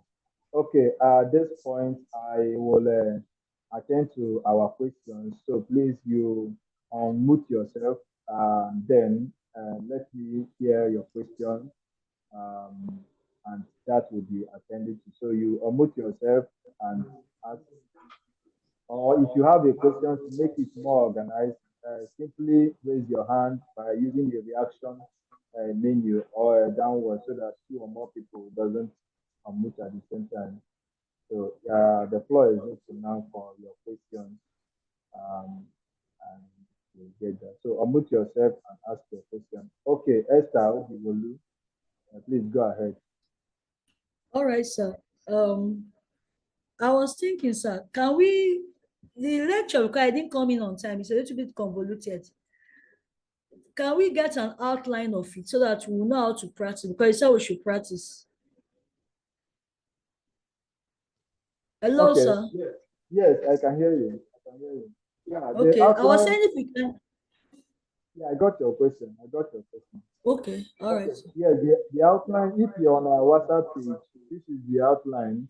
Yeah, it has already been set to the WhatsApp page as of yesterday. Okay, so the outline is there to follow if you want to get that. So it's already there.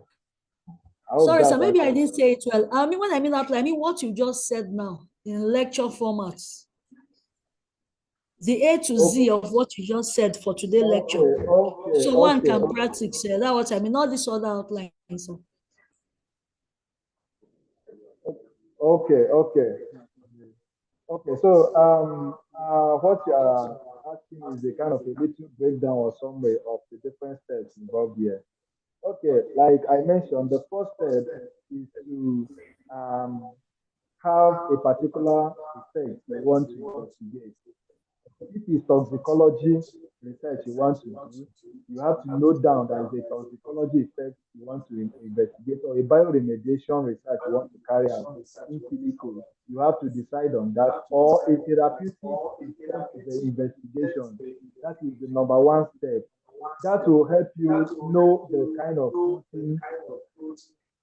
Please, someone should unmute. Esther, please. So please. Okay, I think you can move back a bit from your system. I'm overhearing myself from there.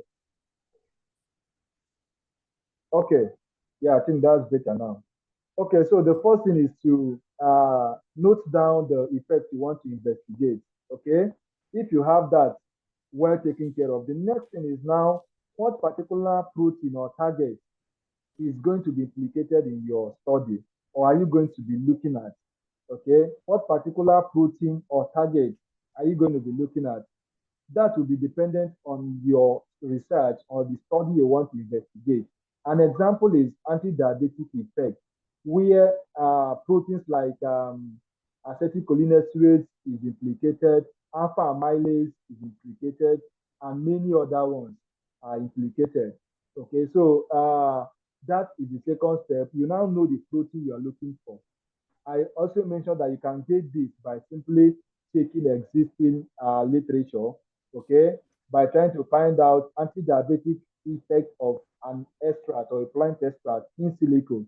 That will expose you to already existing literature, which are trying to carry out this study in silico. Although it might not be with respect to your plant extract, but certainly similar research has been done. So that can provide you with the protein ID or protein name to make use of. So once you've got that established, the next is to go to the repository, the databases where this can be found. For the protein, you visit the protein data bank, the PDB, by simply typing PDB and hitting on your enter button. The homepage, the first page will appear. Here you now click on the homepage, which is the RSCB homepage. Okay, when you click on that, it will take you to the homepage interface where you can now search either using the protein ID number or using the protein name, which by now you know. Okay, so you can now search that and get that done. Then once you have obtained search for your protein, when your protein open, I told you certain things you can now look into before downloading a particular protein.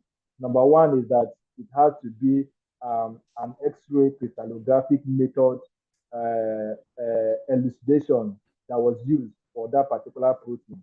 Okay, for that structure to be elucidated, it has to be via X-ray diffraction method, crystallographic method.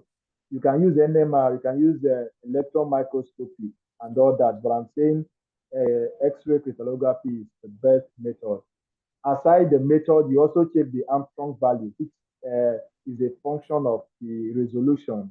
The smaller the Armstrong value, the higher the resolution. So after that, you can now as well consider the name of the protein. Is it in complex with an inhibitor or with a substrate? It's preferable to download the protein with a co-crystallized ligand or complex with a ligand. That will help you, have an idea of what and where the active site is located. Then also some cases you might consider the source of the protein. Is it from an organism or is it from a plant or from a human being? Okay, if you're undergoing or studying a human effect, you can as well decide to go for where you have organism as Homo sapien. If you see Homo sapien, it means it's from the human. Okay, and then after that, you can now download the protein as a PDB format. By the right end, you see PDB format. You download that, and then once that is downloaded, is ready for what we just did now using Discovery Studio. Then for your compound of interest, which also you must have identified either via characterization or you synthesize the drug or the compound and all that. But by now you should know the compound or the inhibitor. If it's toxicology effect or bioremediation effect, you should as well know the inhibitor you want to make use of at this point. Okay, so once you get the name of the compound, you simply go to what we call the PubChem. Just like we have PDB for the protein, we have PubChem for the compound. Okay, you simply search PubChem, and then the first option that will come there, you see PubChem, which is National Institute server. It's hosted by the National Institute of this. So you click on that, and then the homepage will open. You see a box or a search box where you can now enter the name of the compound, and then the name of the compound will load, and then will take you to the compound. And then you scroll down and download the compound in 3D form. Download the compound in 3D form, not 2D. Download it in 3D form. However, the download in 3D form is going to come out as an SDF file. It's going to come out as an SDF file. Okay, you download it as an SDF file. So immediately after the download, the next is to convert from SDF to PDB. Because your protein is in PDB, the compound must also be in PDB. So I told us you have various options to make such conversion. You can easily use an online server, which once you type in convert SDF to PDB, if you type in convert SDF to PDB, you are going to hit on that. It's going to give you different online servers that you can use to make your conversion. Okay. Aside that, you can use your offline tools. If one of it is PyMore, if you open that compound in PyMore and simply save as a PDB, you have converted it from SDF to PDB file. Okay, but in the online, I told us I usually use the online SMILE translator. Online SMILE translator is the name of the server I usually use because it's more interface friendly. Okay, and all that. So you download that, then you now have your protein, you have your ligand ready for your preparation and docking. Also, I mentioned that you might as well have a synthesized compound. Okay, assuming you are from the chemist, the synthetic chemist, you synthesize the compound, and then you want to dock the same compound. Because it's a novel compound, you won't find it in the database. So what do? You use your ChemDraw to draw, use your ChemDraw to draw that particular compound. After drawing it in ChemDraw, you copy it to Chem3D. It's still another software under ChemOffice, which has been sent to you people. You open it, you copy it and paste in Chem3D and simply save as a PDB format. You have simply converted that synthesized compound which you have into a PDB format, which you can now use for your docking. Yeah, many synthesized compounds could have anti-diabetic anti-malaria, anti-inflammatory effect. So this is how you convert that from your synthesized compound into your PDB working format. From there, you can now go to your discovery studio and clean off the ligand and then the water molecule from your protein. I told us the ligand doesn't need cleaning, and that is where we ended. So you could take it this stepwise while doing yours. I hope this try to answer your question. Yes, sir. It does. Thank you, sir. But I was still thinking it should be in a lecture form too, so one can always refer back. So I will do a good work. Okay, okay. We can I did provide get what that. you said. I get it. I get what you said. So in case one forgets, you just go back and look in. Thank you, sir. Okay, fine. I will get that. I will work towards that. I'll provide that for us All as right. well. Thank Okay, you, please, sir. Infinix Smart 5. Infinix Smart 5 has been raising up his hand before every Eru. Infinix, please ask your question quickly. Oh. Okay, I am Kizito Ifani Abefule. I hope people are hearing me. Yeah, I can hear you, sir. Actually, for the nice one, I really appreciate how detailed your lecture is. My own question goes this way. You talked of therapeutic agents in anti-malaria issues. And actually, I know that we have different types of diabetes. We have insulin dependent, non-insulin dependent, and the gestational diabetes. And actually, for sure, one, I know that one is implicated in receptors not being sensitive to the produced insulin. That is in the non-insulin dependent diabetes. So my question is, because actually you use acetyl cholinesterase as an example, which is an enzyme, and also majorly a protein, which you got from the protein data bank. My question goes this way: can we actually look at how ligands interact with possible receptors, such as maybe GLUT2 or GLUT1 receptors that are also implicated in diabetic conditions? Can we get receptor proteins from this protein database that can use to dock? That's my question. Thank you. Okay, okay. If I got you clearly, you are trying to ask if aside protein, if you can get receptors as well for interaction instead of the protein, right? Yeah, instead of enzymes. Instead of enzyme, Most receptors are proteins. not They are most, all integral receptors proteins. are protein for Yes. one. Sorry to bad. I understand what I'm saying, but Yeah. totally, let's not go into that now. Most of them are integral proteins. So if you can we get these integral proteins from the database so that we can actually interact them with maybe our ligands? Yes. Okay. Yes. Very, very, very possible. Yes, very possible. In fact, all protein, in this case, we're talking about all targets. Okay, target could be your enzyme, okay, which might not be receptor kind of enzyme.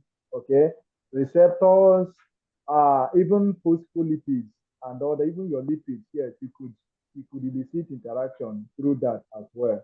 Okay, so your receptors as well, they are all in the protein data bank. Yes, every form of target as well, be it receptor, be it your enzyme involved directly in catalysis. Even hormones, sir. Even hormones, yes, they are. Then, if you happen to find or you're working with one that may be a newly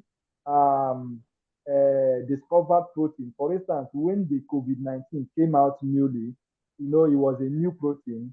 Yeah, so many people by then, the structure of some of these possible targets weren't elucidated, such as the high protein, the phospholipid protein, and all that.